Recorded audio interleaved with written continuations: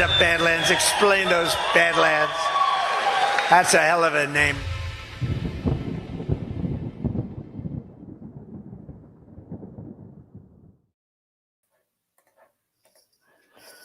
Van Man's taking down big toothpaste with all-natural oral care. Just pure effective ingredients for a healthier smile. The Van never stops. Powered by hydroxyapatite, nature's secret weapon. Loaded with minerals like eggshells and bone. Two of the best forms of calcium to remineralize teeth and build strong bone tissue. Van Man's tooth powder, combined with pulling oils and peppermint aloe mouth rinse, is truly the ultimate fluoride-free dental hygiene bundle that saves you 25% off the individual prices. Head over to badlandsmedia.tv/vanman to hop in the van for the ultimate way to care for your teeth naturally. That's badlandsmedia.tv/vanman. All right, guys, MAHA News here on May 30th. How you doing, Nate? Excellent, man. How about yourself? Doing great, doing great. Good. Hope Welcome. Everyone's doing good. Welcome, Deb. Welcome, Cole. Welcome, Abel. Appreciate all you guys in the chat here live. Cool. So today's show, we're going to be focusing a lot about vaccines, COVID shots, flu shots, bird flu. We've got a lot of news over the past week on, I guess, what MAHA doing, what RFK is doing as well against vaccines. And then we got some really cool clips from RFK and his appearance on the Gary Brecka podcast. Was that it, Nate? I think that's right. Yeah. Are you familiar with Gary Brecka? No, I wasn't. Not until I saw actually these clips. Cool. Yeah, I've seen his face around, but I didn't know his name and all that. Although I do know Gary Brecka is pretty big in the natural health space. And RFK Jr. was just on there a few days ago saying some huge things, particularly about ending the FDA's war against alternative health and natural medicine and things like that. So we'll take a look at that clip here in a few minutes and see what RFK has to say about that, because that is, in my opinion, one of the biggest things that excited me about RFK Jr. getting into director of HHS position was ending Big Pharma, ending the government's attack on alternative medicine. So, you know, especially with you and I, Nate, being in the supplement industry. Yeah. FDA has never liked us. I can say the feeling is mutual. Yeah, and I've got so many stories over the years of the FDA just like raiding the raw milk farmers 10 to 15 years ago and raiding all kinds of small companies that are manufacturing or producing awesome supplement products. Yeah. And then the FDA sends in their SWAT team to take them out. So that's going to be massive going forward if RFK can help just get the FDA out of that business of raiding small supplement manufacturers. It'd be great. Yeah. Yep. That would be. Let the chips fall where they may. Exactly. Cool. So let's dive into starting off with, looks like RFK Jr.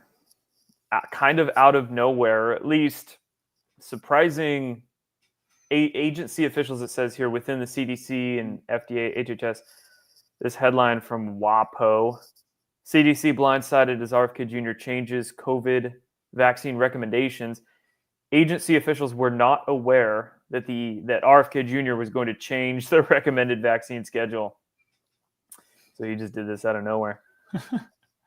Surprise, surprise. Surprise. Granted, us. Yeah. Following MAHA and knowing RFK Jr.'s stance on these issues, we kind of knew this was coming, but he did it kind of out of nowhere the other day. And this was a video statement that RFK Jr., in the middle there, Makari, who's the FDA director on the left, and then, what's his name, Nate? Bhattacharya. I'm never going to get that one. And he is head of the CDC, correct? Wasn't it NIH? Okay, NIH. Thank you. Yeah. Who is head of the CDC right now? I'm not too sure. Anyway, surprise! This was their announcement about it. Hi, everybody. I'm Robert F. Kennedy Jr., your HHS secretary, and I'm here today with NIH Director Dr. Jay Bhattacharya and FDA Commissioner Dr. Marty McCary. Bhattacharya. I couldn't be All right. more pleased to announce that as of today, the COVID vaccine for healthy children and healthy pregnant women has been removed from the CDC recommended immunization schedule. Last year, the Biden administration urged healthy children to get yet another COVID shot despite the lack of any clinical data to support the repeat booster strategy in children. That ends today. It's common sense and it's good science. There's no evidence healthy kids need it today, and most countries have stopped recommending it for children. We're now one step closer to realizing President Trump's promise to make America healthy again. Produced by the U.S. Department of Health and Human Services. What did we cover last week when Bhattacharya was talking about COVID possibly being made on with NIH money, and then literally probably 20, 30 workers at the NIH got up and stormed out of the office? Yeah. I got to imagine this video is going to cause some real butt hurt at the CDC. Same thing happening there. Oh, yeah. Can you imagine the conversations in the lunchroom? Right. Yeah. Hey, so the current head of CDC is Susan I'm not going to say this right, Menares, and she has been nominated but not confirmed. I don't know anything about her, so we're going to have to dig into that a little bit. How do you get Bhattacharya right but can't say Menares? I don't know, dude. I think it's because I didn't know how to say his name, and so I locked it in there. There you go. Yeah. Yeah, so step by step, right? I mean, when it comes to vaccines, in all of big pharma's, how do I want to describe this? Of all the topics that big pharma pushes on us, fluoride, GMO food, all these sorts of things, the vaccine issue has probably always been the hottest topic. Mm-hmm. It's the one they lie to us the most about. It's the one they attack vaccine deniers the most about. It is the one subject that if you get into the industry and start trying to do anything to remove vaccines or expose the truth about vaccines or whatever the case, it's like the biggest issue for big pharma. Yeah. So it's not, my point being is that we can't just expect RFK Jr. to get nominated and then all of a sudden remove all vaccines and expose everything about them and all that sort of stuff. So step by step, I do see this as a definite win, and more's coming. I'm sure more's going to be coming. It's just going to take some time. I'm glad that you're pointing that out because there's a lot of chatter right now. You're muted there, bud, I think. Oh, can you not hear me? Everything's good over here. I can't hear you right now. Okay. Is it me? How about Is it chat? you? Chat, can you guys hear me? Science. Yeah, it might be your mic or something. Try unplugging your mic and All right. just going off your computer audio. See, chat's saying they can hear me. Anyway, while Nate fixes that, let's move on to our next You guys. Our next video clip here of FDA Director McCary and acknowledging those injured by COVID shots. The blind boosters into infinity group, that group in America, in healthy people, they are also in denial that there are significant claims of vaccine injury that have not been thoroughly investigated. I can't tell you how many people have told me they just have some residual effects after they got the vaccine, or something happened immediately. Hey, Nate, real quick. Apparently, it's on my end because everybody in the chat can hear you, but I can't. Okay. So it must be, maybe it's StreamYard itself.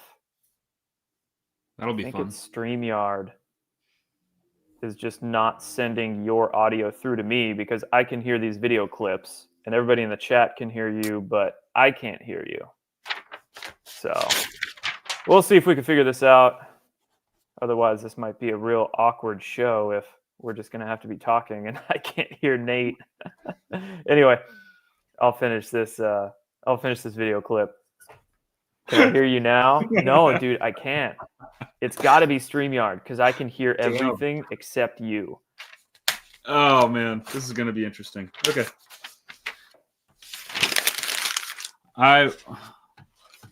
Yeah, dude, something's up with StreamYard because everybody can hear you. I can hear everything except you. This is weird. Let's finish this video clip of.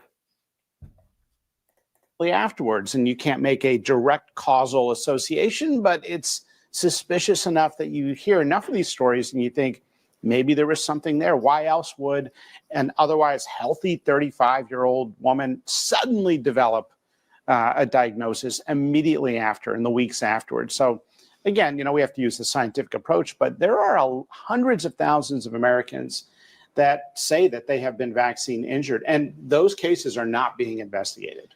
Yeah, so I'd say that, and now I'm on privy to lots of information that is confidential that we're working through.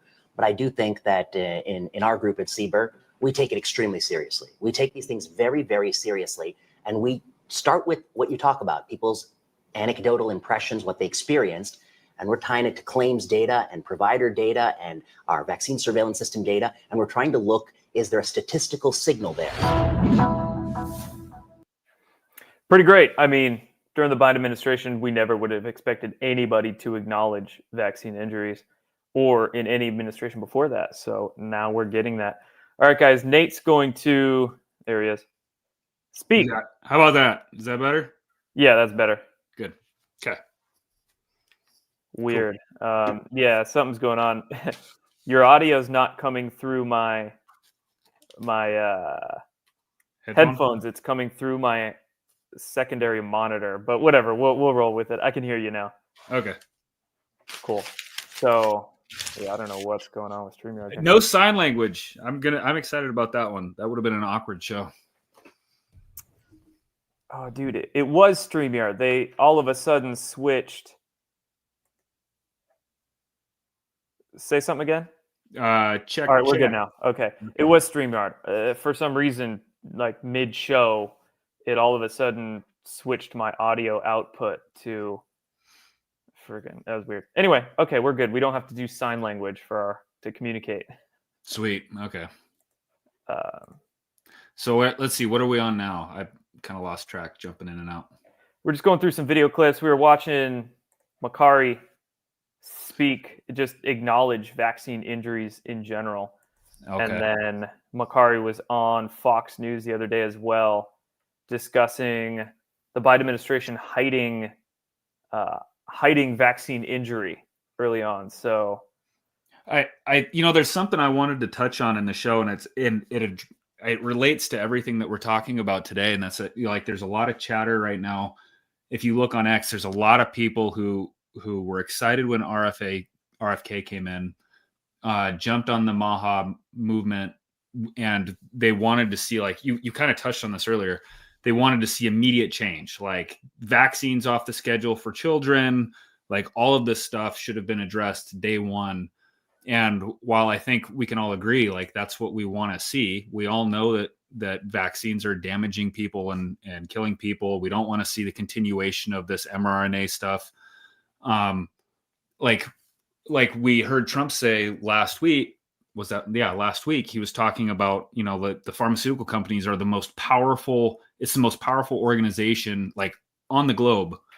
And, we look at these individuals, RFK, Makari, Bhattacharya, they're coming in, and we're seeing these small signs that are pointing to they are working. I mean, and people that have given up hope on RFK, I would say go back and look at like his statements over the last 10, 15 years. Like, look at their actions. There's a whole lot of doom and gloomers that are going to be pushing like it's not fast enough. This is not happening quick enough. That are going to be trying to break us and our hope for what's actually coming. And I felt like we needed to address this because it's pervasive right now.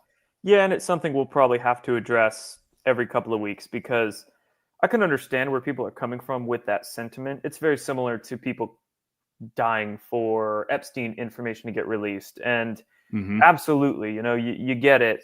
I get that state of mind, but at the same time, we can't just have our own personal, like expect them to go on our own personal desires of a timeline.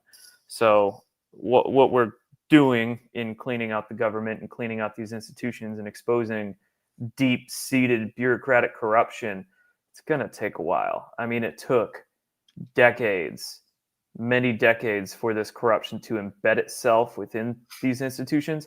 Mhm. It's not even going to take a couple months to get it out. It's going to take probably a couple of years at minimum. So no, I mean, I totally get people's impatience, because some people out there, they've been kind of awake to all of what's going on in the world for many, many years. Some people 20, 30, 40 years, and they're just dying for progress. But I think if you take a step back, there has been a lot of progress, a lot of progress. There's still a lot more to go from here, absolutely. But we have made a lot of progress, and just kind of being in that doom and gloom state of mind and upset because things aren't happening fast enough for you, you're just setting yourself up to be disappointed. And I mean, why not have a focus shift, perspective shift, and at least be happy with how far we've come, and then just let things progress and ride the wave, looking at how things play out. You're just going to waste your time being constantly unhappy. Yep, 100%. Cool. So we got a few more clips we'll roll through. Yeah. And then we'll get to some of those videos of RFK Jr. on the Gary Brecka show, which I want to get to. So just some recent statements from RFK Jr. talking about how big the vaccine industry and cancer industry really are in terms of dollar value. Here's the problem. The polio vaccine contained a virus called simian virus 40, SV40. It's one of the most carcinogenic materials that is known to man. In fact, it's used now by scientists around the world to induce tumors in rats and guinea pigs in labs. But it was in that vaccine. 98 million people who got that vaccine in my generation got it. And now you've had this explosion of soft tissue cancers in our generation that kill many, many, many, many, many more people than polio ever did. So if you say to me that the polio vaccine was effective against polio, I'm going to say yes. And if you say to me, did it kill more people? Did it cause more deaths than avert? I would say I don't know, because we don't have the data on that. And then there's a lot of decent research out there showing that a lot of these polio cases 50, 60, 70 years ago might have been actually caused by DDT. Oh, yeah. Right? A lot of these, what people thought were polio cases, were actually just pesticide exposure. And then there's also good evidence out there showing that polio didn't really go away. They just redefined the name of polio. Mm-hmm. And I think this happened with some of these vaccines that came out in the 50s, 60s, and 70s, in that you also had some of the real reason these infectious diseases went away, which was better sanitation, better food. You had the Eisenhower highway system allow food to be transported easier across the country, which people were eating better diets. Refrigeration systems helped to prolong the shelf life of food. So there were a lot of reasons why, say, polio and measles actually dropped. And then, of course, the victors write the textbooks. So they wrote the textbooks to say, oh, it's the vaccines that made all these diseases go away. And they didn't say anything about sanitation or better diets. And another reason some of these diseases looked like they went away, even though they actually didn't, is that they redefined and reclassified some of these diseases as well. So I know with polio, around that time the vaccine came out, they started we had these new diseases kind of surface, like acute flaccid myelitis, I think it is, AFM, Guillain-Barré, and there's a couple others where if you look at the symptoms of, say, Guillain-Barré or the acute flaccid myelitis, those symptoms are pretty much the exact same thing as polio. But so with these new diseases, these new definitions, and the whole classification change, people weren't getting polio anymore. They were just getting Guillain-Barré. So it made the polio numbers drop at the same time vaccine came out. And it's just all these very strategic techniques to just make it look like these vaccines are safe and effective and save lives and made all these diseases go away when they really didn't. And you're talking about something that was, what was that, like 80 years ago? 100 years ago? 70 years ago. 70 years. So, I mean, this is, let's just pretend that the data manipulation started then.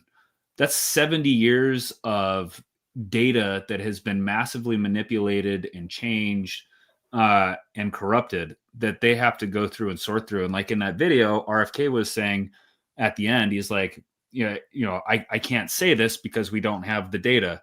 And so like all of it comes back, it's all data driven, and it's going to take, I mean, how long, do each one of these peer reviewed double-blind placebo studies take, on average? I mean, some of them are 120 days long. And so not only do they have to organize and pull all that together for, each one of these things, but then we have to actually take the time to go through the trial. So for them to get the actual data that's going to show that, MMR vaccine does more damage, than good, this is going to take a while for us to see all that come through. Yeah, it'll take a couple of years because you've got, it's the trust the science or the evidence-based thinkers who they need authorities to tell them what to think, basically, right? Yeah. They have a difficult time basically with common sense or critically thinking on their own and seeing patterns. And they think they're so smart because they're science-based or evidence-based people, but really they're just looking for an authority or an institution to say it's okay to think something. And just like you just said, these studies will take a while to come out, maybe a couple of years, and then that segment of the population will start to question vaccines because it's socially acceptable for them to now, basically. So, it's going to take a while. It's going to take a bit. And this is a comment that I want to springboard off of because it brings a good conversation. Janet says she'll be glad when all the food dye is gone because she carries an EpiPen around just due to food coloring and food additives. So I've seen some people in the MAHA movement upset and even say they're leaving the MAHA movement because, RFK Jr. is banning food colorings. That doesn't matter. He needs to go all in on vaccines or something like that. And I think we kind of already covered this, just talking about, it's going to take a while, baby steps. But it's important. I mean, food coloring is still important. All of these issues, as small as they seem, maybe it's small to you, but it's definitely not small to Janet. I mean, food colorings to her is a huge issue. And it's all these issues together. Food coloring, it's a small problem. Well, for some people, it's not small. And you combine all these things, and RFK Jr., in my opinion, is doing a damn good job so far. Yeah. Well, I think, when I think about all this stuff, I kind of think about it like it was a dam. Like this whole system that's been set up, it's a dam that's blocking it. And each one of these little things that happens, it's a crack in the wall. Who knows what eliminating food dyes, what that will lead to. If they can eliminate food dyes, maybe that opens the path for them to go after food dyes in a certain vaccine or, formaldehyde or whatever. We don't know how these processes, from the outside, we don't know how these processes work. Tattooed Teacher says, let's go all in on everything. I think they are. I mean, strategy just requires strategy. And even something as quote unquote small or minor as banning food colorings is just the simple awareness of it. You get millions more people at just being simply aware of food colorings and, oh my gosh, these companies put these chemicals into our food. They'll start reading labels and then they'll start going down other rabbit holes associated with health and big pharma in general. So the food coloring issue will help people wake up indirectly to bigger topics like vaccines or GMO food or things like that. So Totally. good stuff. Okay, let's get into some of these clips of RFK Jr. on the Gary Brecka podcast. Gary Brecka's show is called The Ultimate Human, and you just brought up the medical journals. Oh yeah. So our first clip here is RFK Jr. talking about how these medical journals got bought off basically by Big Pharma. And absolutely. In terms of medical journals, they have what's called the Big Five. And your Big Five, it's all been centralized, just like every freaking industry. And in terms of medical publishing, it's been centralized into basically 5 top medical journals: Lancet, Journal of American Medicine, your British Medical Journal, and there's 2 others. Are they listed here? New England Journal of Medicine, and then there's one more that I can't think of, but basically 5 of them. And if RFK can do something about special interests in medical publishing, that would be huge as well. So here's that clip. And if you know there's going to be no effort at replicating your study, you have a huge incentive to change. No question. And so what we're going to do is we're going to devote probably 20% of NIH's budget to replication. Every study has to be replicated. Wow. We're going to publish the peer review for the first time. Mm-hmm. We're probably going to stop publishing in Lancet, New England Journal of Medicine, JAMA, and those other journals because they're all corrupt. Mm-hmm. And even the heads of those journals, like Marsh Angle, who for 20 years was the head of the New England Journal of Medicine, says that we no longer are a science journal. We are a vessel for pharmaceutical propaganda. No kidding. Because Wow. they control the journals. They buy the preprints, right? Which is, and they find out if you want to publish in a journal, you have to pay $10,000 to get the study published. So the pharmaceutical company concocts a study that shows the outcome that they want, that statins work or that SSRIs work, and then they'll publish that. Sing They my pay to get language. that published. Yeah. And they order reprints from the journal. The reprints, as you know, are it's a 5 or 6 page document that has the logo of the journal on it. They sell them for enormous profits, and then they give them to the pharmaceutical reps. To go The meet the hot-looking doctors. girls and hot-looking guys who go to the doctor's office, take them out to lunch, give them the preprint to say this product works. If why don't you prescribe it 500 times during the next month, and then I'll be back here to see you, right? With all these kind of implied promises of what's going to happen. And that's how this system works. That is just astounding. And so what we're going to do is change the system and say you can't. Richard Horton, who was the head of the Lancet, Mm-hmm. who really disgraced himself during COVID with the Lancet letter and all this. I remember. But he says the same thing. He says, we are no longer science journals. We are about promoting pharmaceutical products, and that's what we do. So, it's us being in the supplement industry. It's nice when we have a company that says, oh, we have clinical studies to show our product works or something like that. Mm-hmm. But sometimes I scratch my head when I see these companies that have clinical studies, and I'm thinking to myself, okay, how do you afford that? How do you have the $50,000, $100,000, whatever the case, to be able to afford a clinical study on your product, right? Mm-hmm. So having clinical studies behind your products isn't always necessarily a good thing.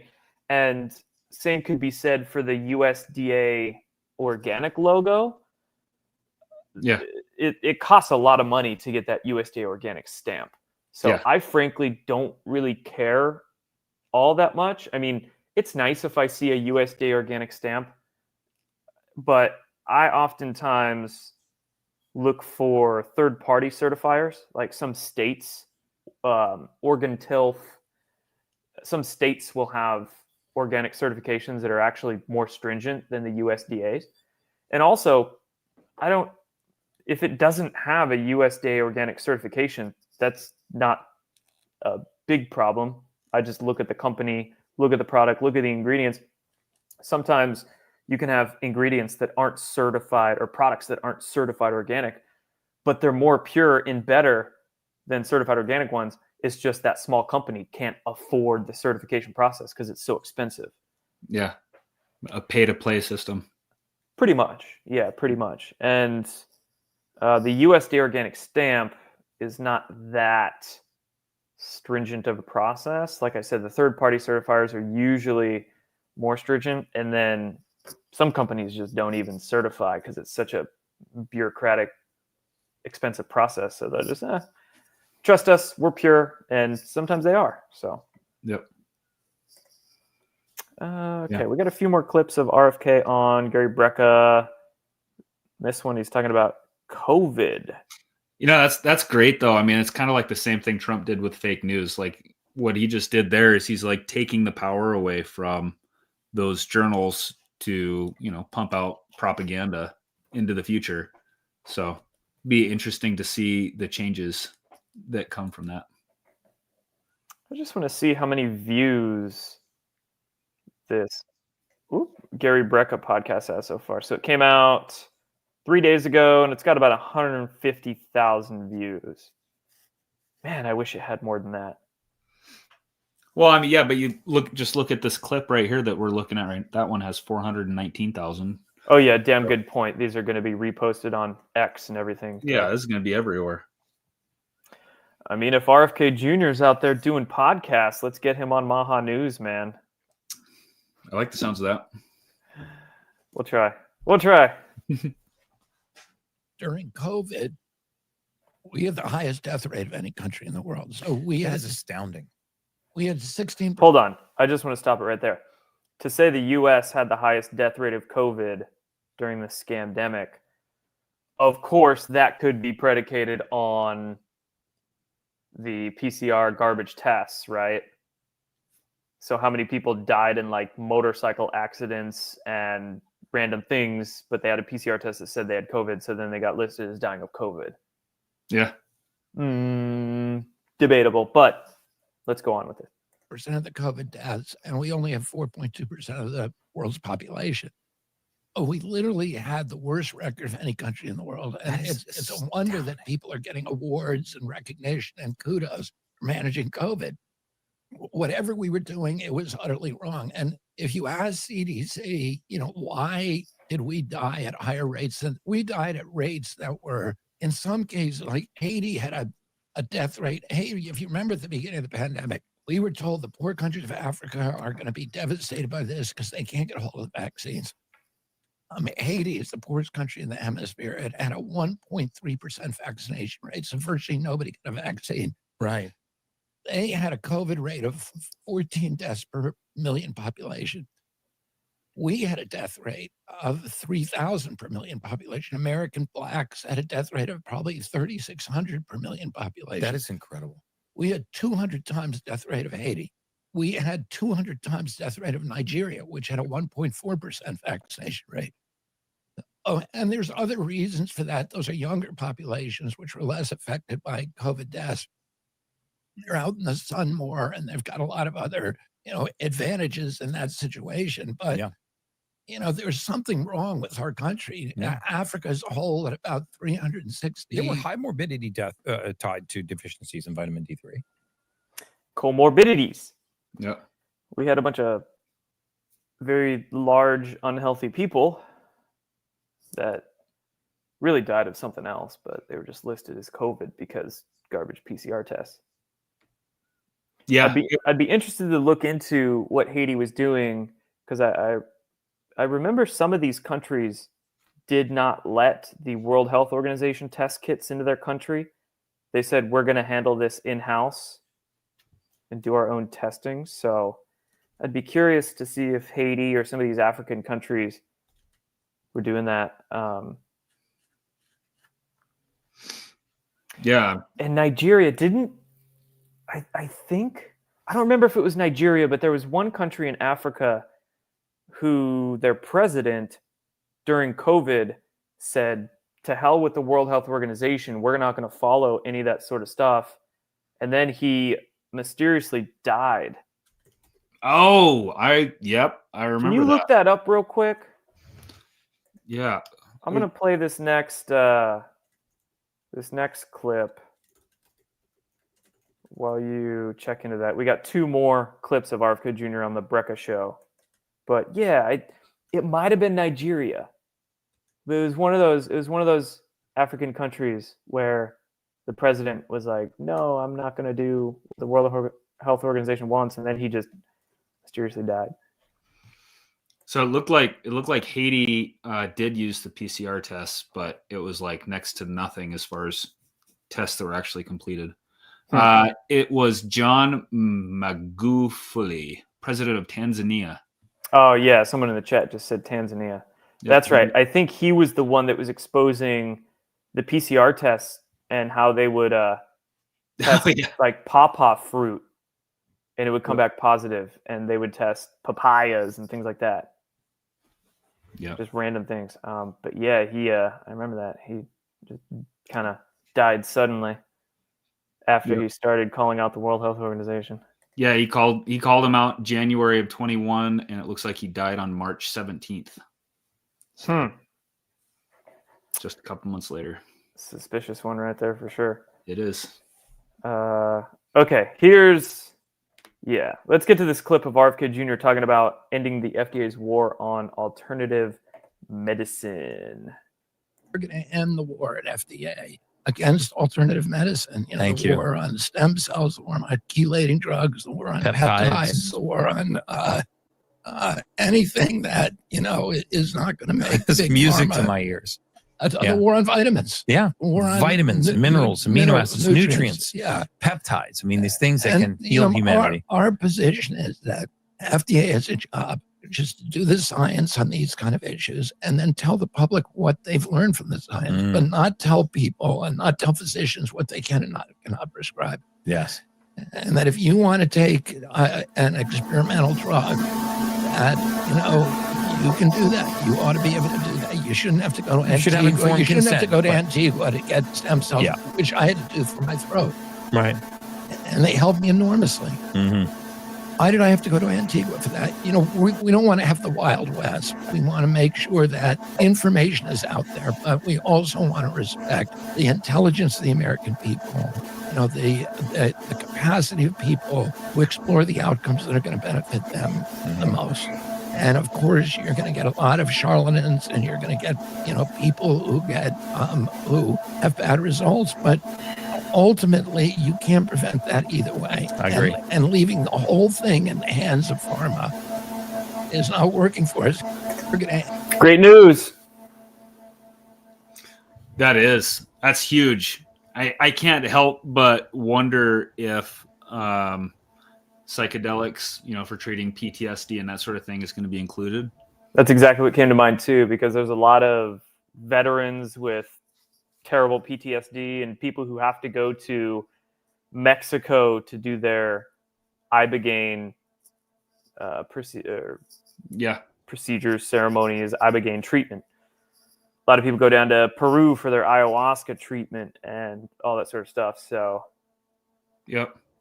I mean, like what he just basically said there is, let people decide what they're going to do. And I like how he called out there's going to be bad actors, but that's part of having an open process. And I personally, the whole idea, that everything needs to be, I don't want to say not regulated, but I guess maybe that's the word for it. Maybe that was more important, 50 years ago, but today we're all connected globally. A bad actor isn't going to last very long at all. Yeah, and he said chelation too. So yeah, just kind of a tangent here. I'm looking for it. Hold on. Okay. So this is an example of a company that I was very familiar with about 12, 13 years ago. It was a company called Maxim Nutraceutics, and they were based out of Hood River, Oregon. And they were making a chelation spray. It's kind of tough to find online these days because it's been so wiped and it's been so long. But this is what it looked like here. So it was this blue bottle. That was what they were producing. was called PCA, and it was a chelation spray that people would do under the tongue. It would help chelate, detox heavy metals out of the body, and this product could cross the blood-brain barrier, so it could help chelate heavy metals out of the brain. And this product got very popular on. This was before social media. It got popular on forums back in the late 2000s, around 2008, 9, 10. And a lot of parents who were using this spray with their autistic children were using it and just seeing awesome results in helping the child heal and their brains function a lot better. And I'm not going to say reverse their autism, but at least manage it and treat it amazingly. So the FDA caught wind of this company and raided them twice in 2012, raided the home of the owner, Jim Cole, seized his bank accounts, just completely shut down the business. Wow. Completely shut it down.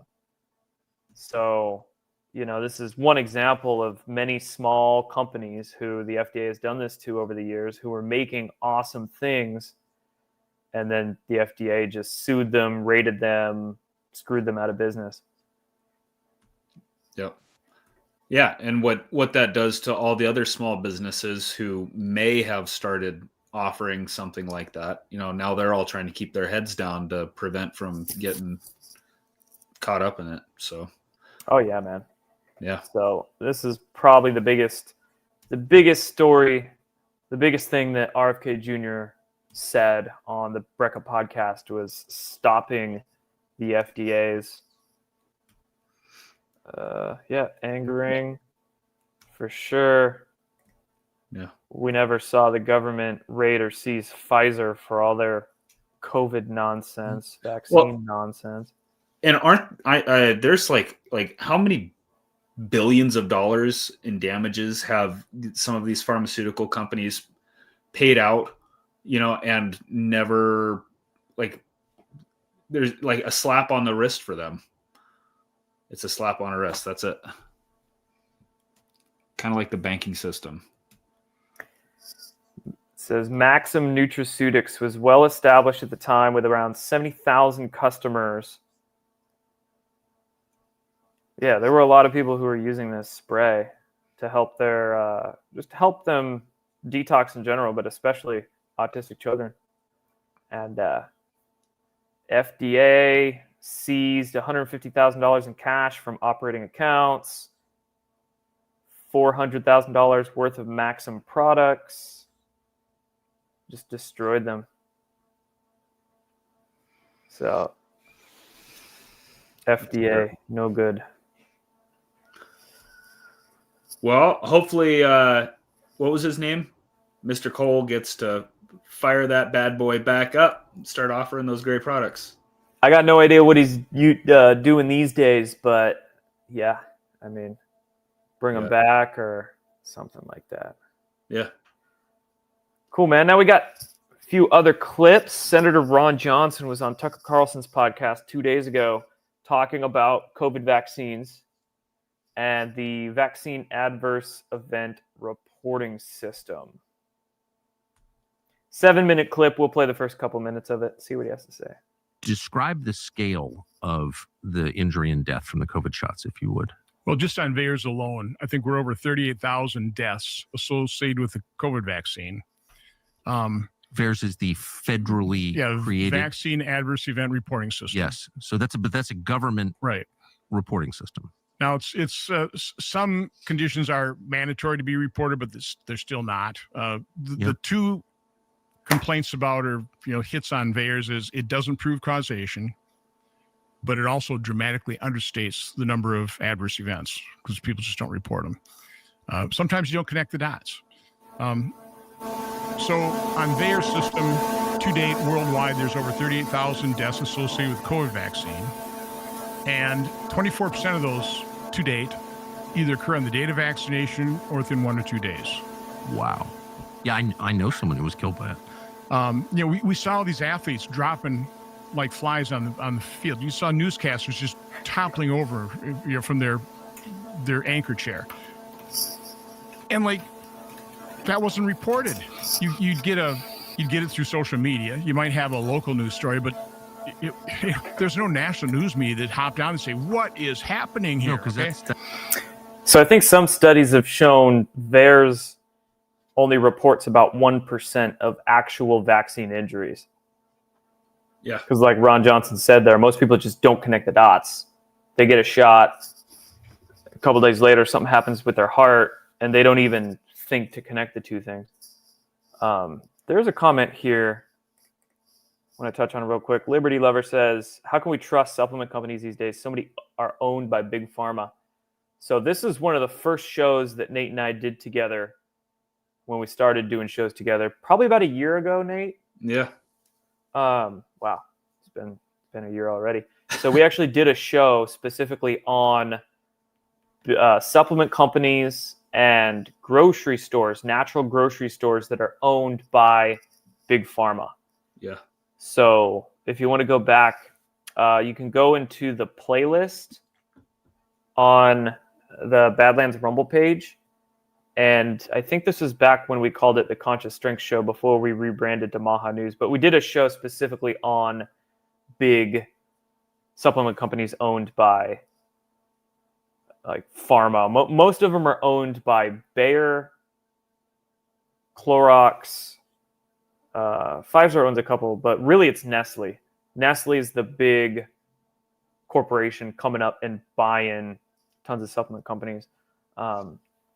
You know, kind of a basic rule of thumb, if you see it in a big box store, so if you see a supplement that's in Walmart, Safeway, Albertsons, if you see it in a big box store, it's probably owned by a Nestle or a Bayer, because they're the big corporation that has the in to the distributor to the supply chain that then gets into a big box store. So, or if you see a celebrity promoting it, right? Yeah. Like Jennifer Aniston, I think, promotes Vital Proteins collagen, and Vital Proteins got bought out by Nestle. And it was right after Vital Proteins got bought out by Nestle that they hired Jennifer Aniston to be one of their spokespeople. So if it's promoted by a big celebrity, or if you see it in a big box retail chain, then it's probably a pharmaceutical corporation that owns it. So that's general decent tell. So some of chat is talking about the noise. StreamYard has been kind of throwing a few errors today, it seems like. So there's, when you were playing that clip, in fact, it's right there. Sounds like a vacuum cleaner going in the background. Gotcha. Yeah, StreamYard's been a little wonky today. Okay. Let's see. We've got time for, let's go into some other vaccine news here. So U.S. cancels $700 million of bird flu vaccine contracts. Very good thing there. And then let's get into liability. So we're talking about vaccine manufacturers. Why do they still need liability protection? Answer. Oh, yeah. It's been 4 years that they're telling us the COVID vaccine is safe. So if it's safe, why do they still need immunity? Why does the manufacturer's product still need immunity? All you'd have to do is two things to not get sued, just like you do with drugs. One, make it as safe as technologically possible, and two, disclose the risks. Then you can't sue for design defect claims, and you can't sue for failure to warn. Why don't they just lift the immunity, let them make it as safe as they can, and disclose the risk? Even drugs given to small populations can exist and make a profit because they do those two things. And why, after 40 years of childhood vaccines, can they not lift the immunity for a lot of them? Why? You got to ask yourself that question, because they don't either want to make them safer, because for whatever reason, or they don't want to disclose the real risks. Well said. What are your thoughts on that one? Yeah, I'm stoked to see that this kind of information is being brought out in front of people. I don't know where that was. I assume it's some committee hearing or Senate hearing or something. But yeah, lift that immunity. And I think, didn't RFK talk about lifting immunity That was like a month or two ago. I swear I remember something about him talking. Was this the clip right here? No, it was an official. Okay. An official moment when he was talking about that.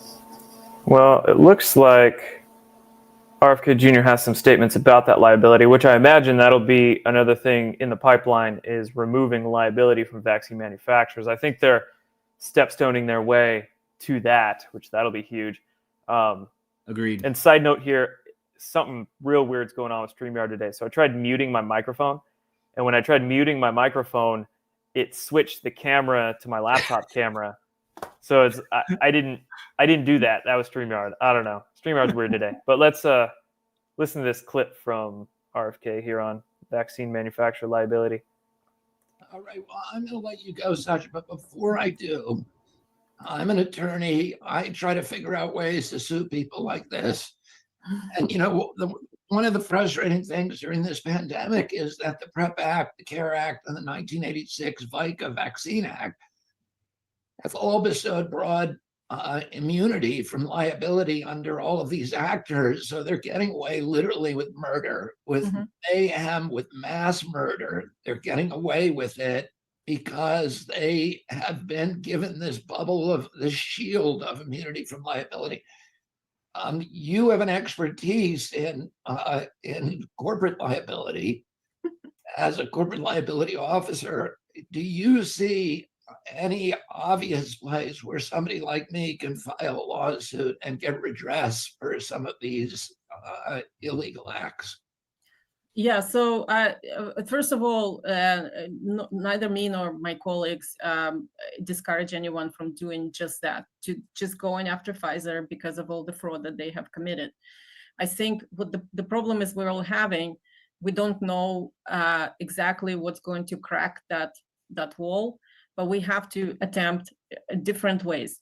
Now, yes, we can try going after Pfizer. I'm just saying, here's the lay of the land. This is the defense they're going to invoke. They already invoked it in Brooke Jackson's case. They're saying we did not defraud the government. We delivered the fraud that the government ordered. And that's even— In which case? Oh, in Brooke Jackson. In Brooke Jackson's in April, they filed motion to dismiss. So, while, the case— Interesting. We didn't do the fraud. We just did the fraud the government ordered. Mm-hmm. Just pointing fingers. It's not our fault. They told us to commit the fraud. Yep. Yeah. So, if they're able to remove that, I think that opens a lot of doors. I just sent you a clip. I'm assuming this is closer to what we were looking at of RFK. It looks like he's talking on Joe Rogan. Okay, where'd you send it? To your Twitter DMs. Okay, cool. I don't know how familiar you are with StreamYard, but there is a button that says private chat on the... Oh, yeah. Cool. So that's like a chat for us while we're streaming. If you ever want to send me something while we're live here, put it in the private chat. Got it. Okay. Cool.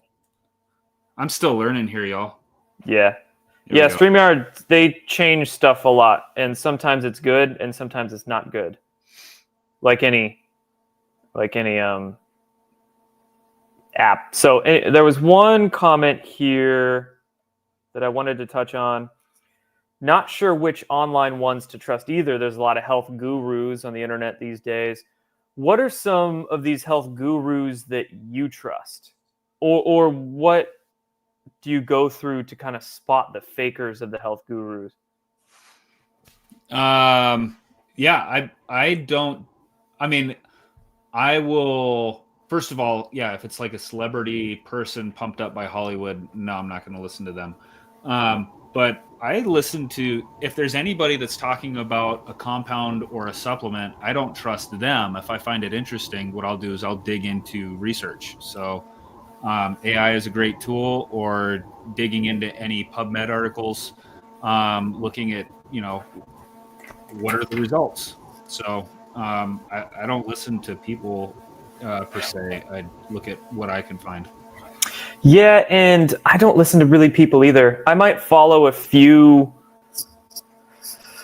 influencers online for I get more interested in either topics or specific supplements or ingredients or products. So I don't necessarily follow any specific influencers. I'll just search for a general topic or something, and I'll comb through content related to that. Yeah. I won't necessarily believe them outright, but I won't necessarily disbelieve them. But a lot of my health journey over the years has just come down to really self-experimentation. So trying different diets, trying different products, trying different things, and seeing how I react and feel and how it specifically alters my health. And then, there are some decent influencers out there, I'd say, but health personalities all have some suckage, but agree on reading the literature. Yeah, literature's good. Just see what the health personality or influencer has to say, but it's just the state of the internet. There's so many people out there selling products and courses and all that sort of stuff, which isn't a bad thing. I mean, I've bought courses before that were really helpful and valuable, and I've bought products before that were great, but you just got to be careful. Although, here's one thing that I do is that if the influencer is focused solely on aesthetics, so if all they're focused on is looking better, then they're very superficial. They're not that deep. I really don't pay any attention to them. I try to find the influencers that go a little deeper into, say, psychology or philosophies or general things like that. Also, a big tell is that if they're very black and white thinkers. So if the influencer is promoting a diet or a product as if it's good for all people, that means they don't really have the ability to see nuance, which means they're probably not very smart. So I'm not going to pay much attention to that particular influencer personality. Now, if they take a step back and look at things more philosophically and are able to identify what diets might work for specific people or when not to do the diet, what products or what supplements, what herbs are good for these situations they're not good, that means they can see nuance, and then I'll pay more attention to that influencer. So I think there's also too, like the anti-supplement influencers, like they just have a whole career of just tearing apart everything. Right. Hard to trust if they sell supplements themselves. I wouldn't put that as a red flag, because maybe they're a very good personality who knows how shit a lot of supplements are out there. So they're really trying to make good products that are, cheap and effective and help get that into people's hands. So if somebody has a supplement line, that means they're more awesome because they're trying to do good stuff. Or it can be shady as well. So that's not necessarily a bad thing. I would just see if their products live up to their value system, to their ethics of the influencer. Yeah. All right, guys. Any last questions, comments, concerns while we finish this up? Is there anything else you wanted to add, Nate? No, I think we covered everything. Did a great job. I would say there was one thing, if we got a minute. Yeah. What was it? So I saw a post. Did we cover this? Yeah, we did. The $700 million contract that was canceled. Yes.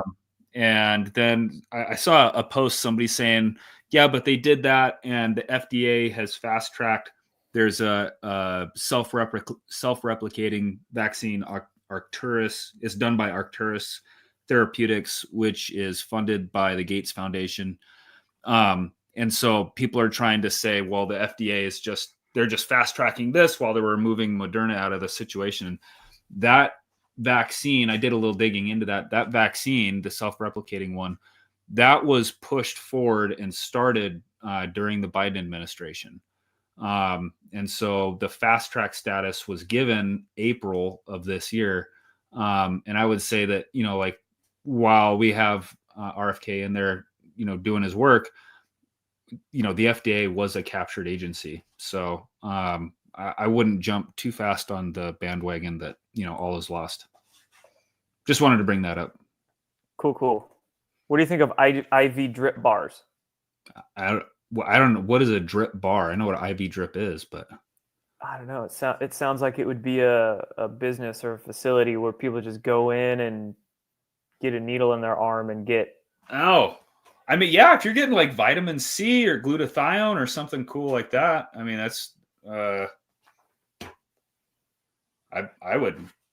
think that's great. If you can afford it. Those things are usually pretty spendy. Right. I've known people to get like IVs of NADH and B12 and things like that. Mm-hmm. And by all means, if you have the money to spend on those things, but I know folks that have blown $1,000 to get NADH IV for a few hours, and freaking you can get just as healthy and feel just as good not blowing $1,000 on an IV drip. So yeah, there's lots of ways to do that. I mean, if you could do it at home, shit, if I could set up an IV drip here at my house and not worry about it, I'd be all over that. I'm not a fan of needles, so I wouldn't do that. I did methylcobalamin shots myself for it was a couple of years, and I was not a fan of needles too, but yeah, you kind of get used to it after a while. Oh yeah. All right, guys, appreciate all y'all tuning in. Another episode of MAHA News in the books. We'll be back Friday. Next Friday, 1 p.m. Pacific, 4 p.m. Eastern. And I'm seeing a lot of questions in the chat as well. Feel free, you guys, to email me. You can email me if you have a specific question. You can hit me up through my ConsciousStrength.net website. I'll put a link to that in the chat because some stuff I can't get to. Some questions I can't get to during the show, or it's totally off topic or something, so I don't want to address it while on air. So feel free to email me through my website, and then here's Nate's website as well, FlowBlend. Yeah, you had chat fired up today, dude. They're asking all kinds of questions. Yeah, like I see some questions coming in about methylene blue and all that, and I don't want to address that on air because that'll take some time to address and all that too. So plus it's so off topic for our show that it'd be better for you guys to email me. Yeah. Or we can do just a Q&A show one of these days. That might be good to do as well. There you go.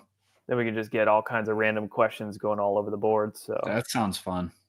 Yeah, maybe we'll do that next week or something. We'll see what happens. If any slow news week, we'll do just a Q&A. That'll be fun. Cool, guys. Appreciate all you. We'll see you next week. Have a great weekend. Today's show is sponsored by Save Pulse. Save Pulse is dedicated to keeping you and your family healthy with top quality medications like amoxicillin, azithromycin, ivermectin, and hydroxychloroquine at unbeatable prices. The streamlined ordering process makes it easy to stock on all your health essentials. And now, with exciting news about fenbendazole showing promise in cancer research, they proudly offer this alongside antibiotics and viral care meds. Don't wait. Prepare for any health scenario today. Get your supply and stay ahead of the curve with Save Pulse. Visit badlandsmedia.tv/meds and use the promo code SAVEHEALTH at checkout to get a 20% discount on orders over $100. That's badlandsmedia.tv/meds.